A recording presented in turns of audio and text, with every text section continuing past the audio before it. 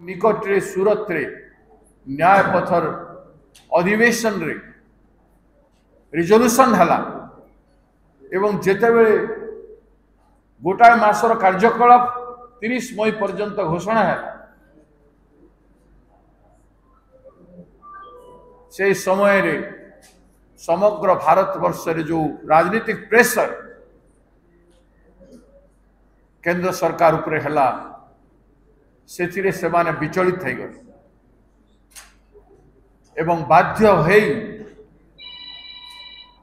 अनिच्छा सत्वे से माने जाति जनगणना घोषणा कर जा हो 11 वर्ष विलंब हो जातिगत जनगणना जेहेतु केंद्र सरकार घोषणा करिसंती ताकू आमे स्वागत करुछु एवं सेटा जमती केवल घोषणा रे नर ठीक भाव रे ताकू इम्प्लीमेंट करा जाओ। आपण माने ओडिशा क्षेत्र जदि देखिबे 50% 54% ओबीसी किंतु रोजगार रे आरक्षण रे 11.20% 27% मात्र अछि।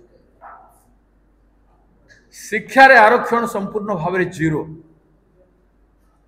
एक ही विडंबना जो ओबीसी जनसाधारण भोटदाता भाई भौनी माने बिजू जनता दल को विगत 24 वर्ष धरिकी सरकार रे रखिले एवं अनेक बार बीजेपी को जितैछंती। एथर बीजेपी रे सरकार आसला पर मध्य